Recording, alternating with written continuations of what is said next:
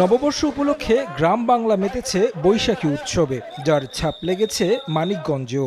জেলার বড় কুষ্টিয়া সরকারি প্রাথমিক বিদ্যালয় মাঠের বটতলা থেকে কান্দা কুষ্টিয়ার ১.৫ কিলোমিটার এলাকা জুড়ে আয়োজন করা হয় নানা প্রতিযোগিতার। একই স্থানে অনুষ্ঠিত হয় সাইকেল দৌড় ও ঐতিহ্যবাহী ঘোড় দৌড় প্রতিযোগিতা।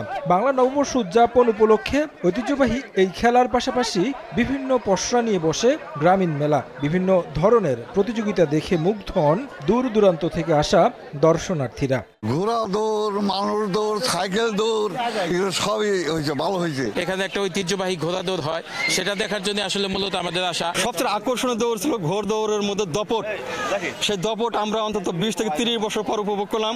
দর্শকরা এত আনন্দ পাইছে, সাথে আমরাও খুব আনন্দ পাইছি।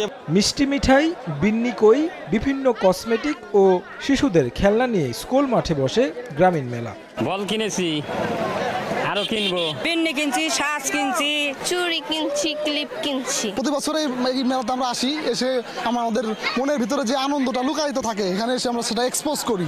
বড় কুষ্টিয়া পহেলা বৈশাখ উদযাপন উপলক্ষে মেলা কেন্দ্র করে উৎসব চলে আশপাশের পাঁচথুলি, পয়লা, তেরশ্রী সহ 10টি গ্রামে। এই ঐতিহ্য টিকিয়ে রাখার জন্য গ্রামবাসীর এই আয়োজন।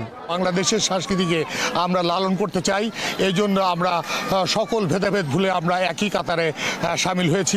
ঘোড় দৌড় প্রতিযোগিতায় 20টি ঘোড়া ও সাইকেল ও দৌড় প্রতিযোগিতা মিলে অর্ধশতাধিক প্রতিযোগী অংশ নেয়। সময় সংবাদ, মানিকগঞ্জ।